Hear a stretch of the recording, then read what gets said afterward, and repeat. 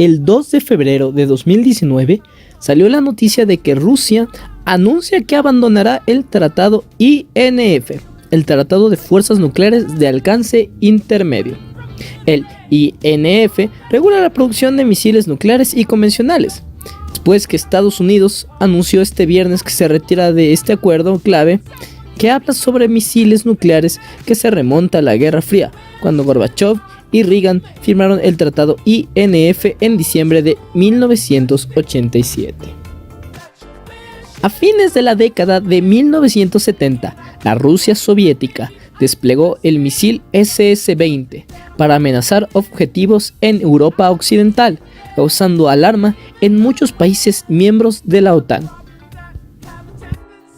En ese entonces, las dos superpotencias mundiales acordaron destruir y renunciar de forma permanente a todos sus misiles nucleares y convencionales, ya sean balísticos o de crucero, diseñados para ser lanzados desde tierra con alcance entre los 500 y los 5000 metros.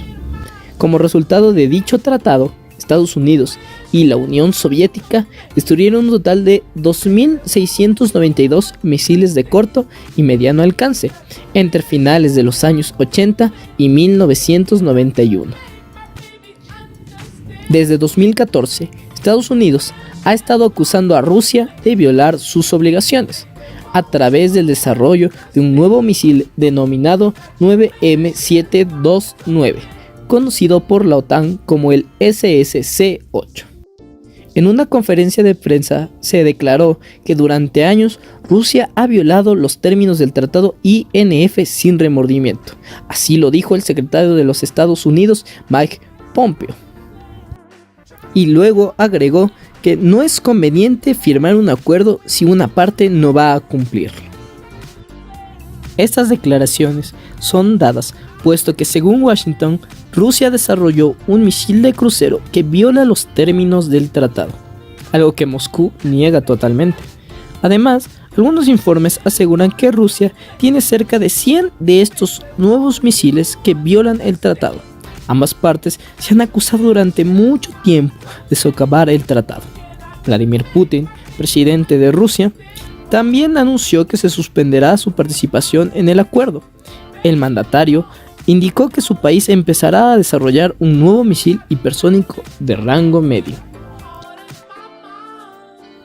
Moscú, por su parte, afirma que el misil está por debajo del rango de los 500 kilómetros y argumenta que los sistemas de defensa de misiles balísticos estadounidenses en Polonia y Rumania podrían ser modificados para contener misiles que podrían dispararse contra Rusia.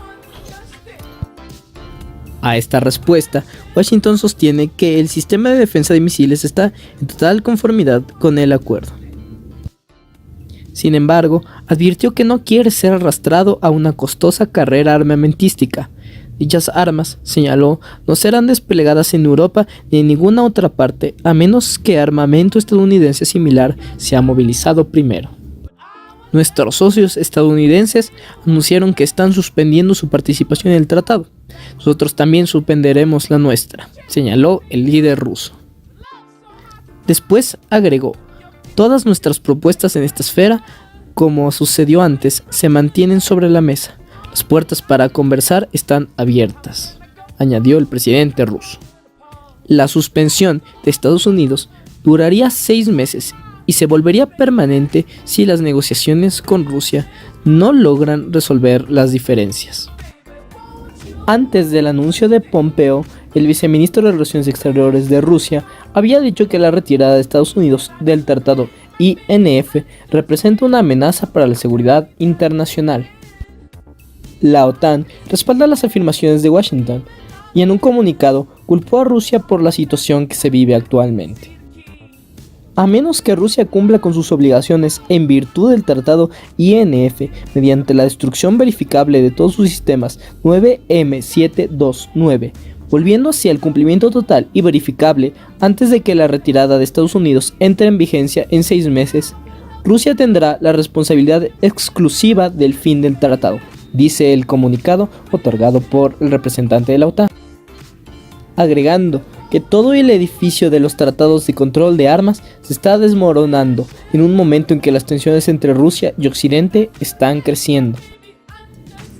Bajo este panorama, el Tratado START, un acuerdo entre ambos países que establece límites para los misiles estratégicos de largo alcance, también se encuentra en conflicto. Si tanto Estados Unidos como Rusia están de acuerdo, el Tratado START puede extenderse por 5 años, pero a muchos expertos les preocupa que el empeoramiento del clima político también pueda representar una amenaza para este importante tratado. Pese al inicial apoyo que ha mostrado la OTAN hacia el gobierno de Estados Unidos, muchos países miembros de esta y sus mandatarios consideran que no tienen ninguna ganancia si Estados Unidos se aleja del tratado, ya que si se inicia una nueva carrera armamentística, están países europeos quienes están amenazados por los misiles rusos. Ahora los tratados se están derrumbando, pero en su momento fueron efectivos para contener el armamento nuclear. Si se entiende bajo una visión más realista, las potencias como Estados Unidos y Rusia pueden efectivamente quebrar sus tratados con casi nulas represalias, pero ¿qué mantiene en la comunidad internacional el respeto a estos tratados? Para entenderlo, habrá que referirnos al derecho mucho antes de que regule las relaciones interestatales. Pensemos en un aspecto más microscópico. Imaginémonos que los contratos que tengamos o hayamos realizados con otros individuos sean quebrantados, y que al momento de reclamar el cumplimiento no exista ninguna entidad o institución que obligue a la otra persona a cumplirlo. Por mucho tiempo, la sociedad vivió de esta manera, que por medio de la fuerza y la coacción hacían valer lo que las personas han acordado. Con el desarrollo del derecho, surgió un principio denominado pacta sunt servanda, traducido abajo lo pactado obliga aproximadamente. Este principio, que se originó en el derecho interno, fue tomado por el derecho internacional para aplicarlo en las relaciones entre los estados. Incluso la Carta de la ONU, en su artículo 2, su principio es actuar e interpretar de buena fe los tratados, que se basan en el sentimiento de que lo pactado se obliga y se cumple de buena manera. Lo que sustenta este principio general del derecho es que, basado en una realidad del sistema internacional anárquico, sin un orden establecido y sin un poder superior que coaccione, lo que en un principio motiva el cumplimiento es la propia voluntad de someterse el Estado al tratado y se autoobligan a cumplirlo.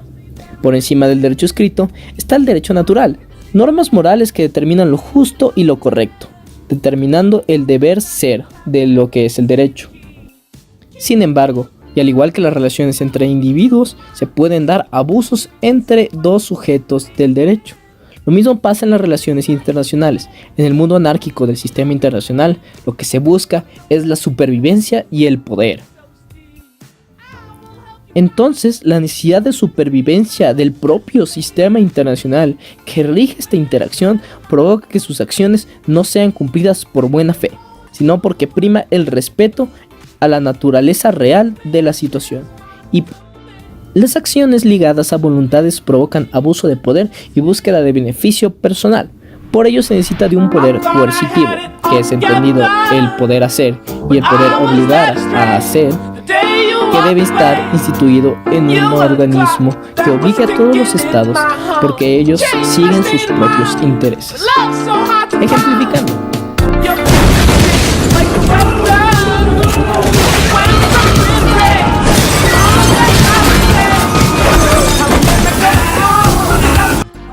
las organizaciones internacionales, como los tribunales internacionales y el órgano de la ONU, conocido como el Consejo de Seguridad, han apoyado a que los tratados sean respetados y generen un efecto vinculante hacia cada uno de los estados que lo han firmado y ratificado.